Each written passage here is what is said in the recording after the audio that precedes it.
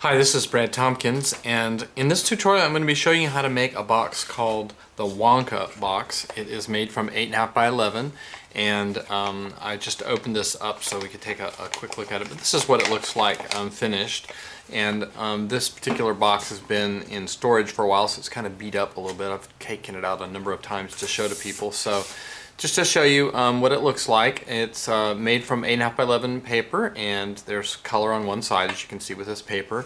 And most of the boxes that I make have the characteristic of not having any exposed edges or raw edges when you're done. And I kind of just look for in a design that there's elegance and that the box holds together. It could hold something and it doesn't flop open. And so this particular experiment was just kind of seeing about these corners here. They could make a nice tight little corner that would hold up well to being handled and to being worked with.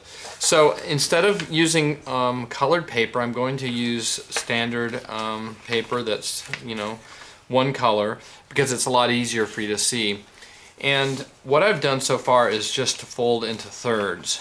And if you've seen my other tutorials, you know how to fold into thirds. Now I just have my surface of the table here marked, right? So it's very easy to fold into thirds. There's some nice scientific ways to do it, but after you have the box in thirds, you can see that this is going to be the base of the box down here. The next step is to take the corner and crease right down to that 1/3 mark that you made, and on all four sides. And then by making those corner folds, you've got a implied line right along here. I'm going to go ahead and crease along that line, and that should give you a square right here, incidentally. Don't know exactly why. And I'm going to do the same thing here, exactly along the line where that triangle was folded. And the next step we're going to do is to crease from the edge down to the 1/3 mark, like so.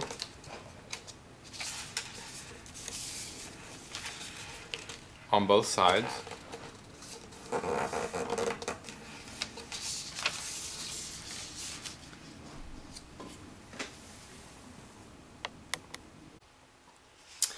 And the next step we're doing here is just folding from the end, the edge, to that mark, or to that crease on both ends, and then another one following this edge to the point you just made. Go ahead and just crease it down.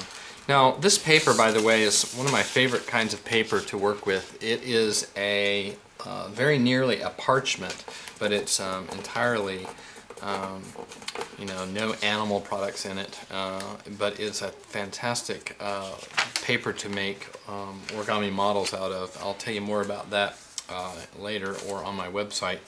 The next step we're going to do is we want a diagonal valley fold on each of the four corners of the model. And you can do this fold prior to now, but I like to do it so that it actually faces the right way.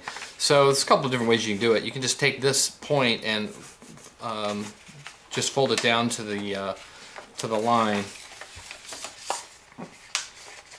that you see there.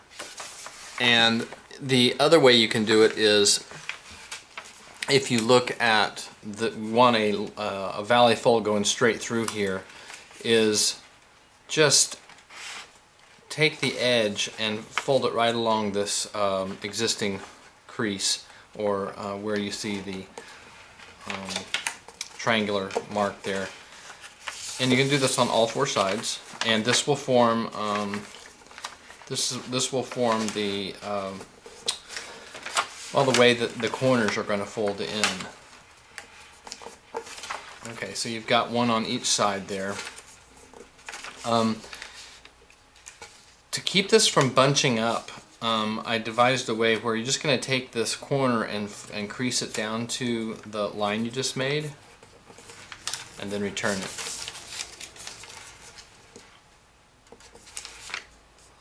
You can take the corner and fold it straight to that line that you just made.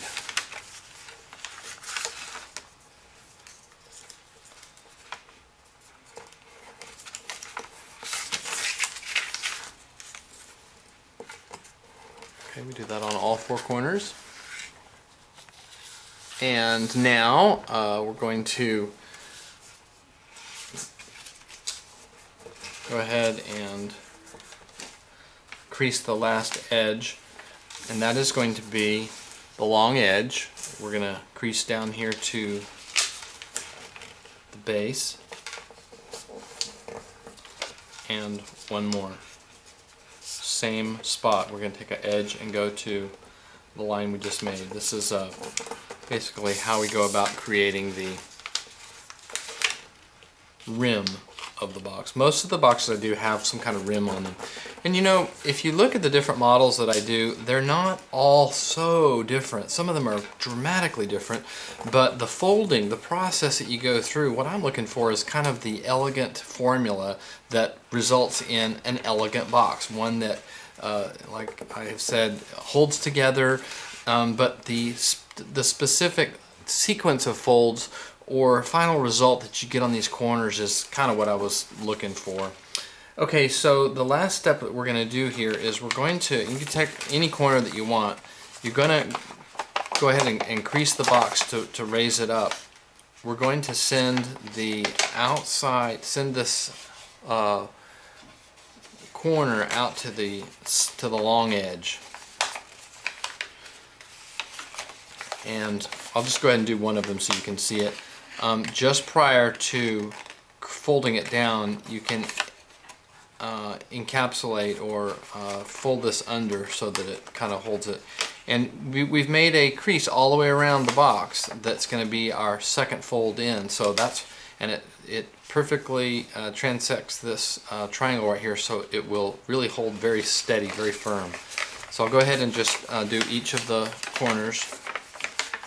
Just grab a corner, it's already been creased, right down the middle, and send it to the outside of the box on the long side. And as I do that, I'm just going to slide that little corner in there.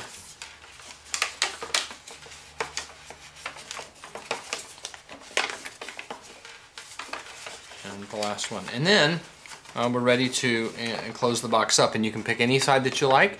And what we're going to do is just sort of, we're just going to turn it over one layer, and it will sort of snap into place. You'll feel it that it's not going to pop back open.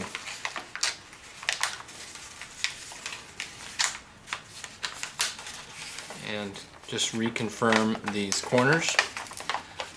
And depending on the paper you're using, it may feel a little bit thick on that corner when you do that, but this box is pretty nice. And now remember, I made it out of this parchment that doesn't have a pattern to it. So when you fold it with a pattern, you're going to see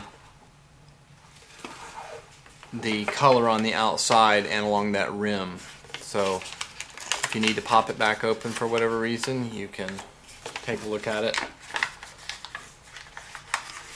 and crease it back in. And once it's held in that position, it should hold. You know, it's a great little box to put different things in. I like to think about what kind of things you could put in them, candy or paper clips or whatever you like.